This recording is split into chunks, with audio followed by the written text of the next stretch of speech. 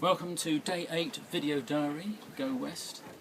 This is now returning east, halfway across Lyme Bay, doing about 6 knots, good swell, but everything in the cabin is cozy, as you can see.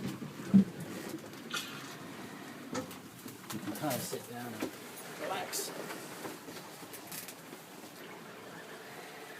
Watch these shots. And anybody that says you can't steer the boat from the helm, just try this. You can.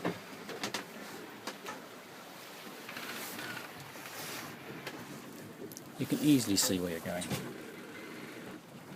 Oh, no problem. So that's it. Another 9 hours to go to saloon.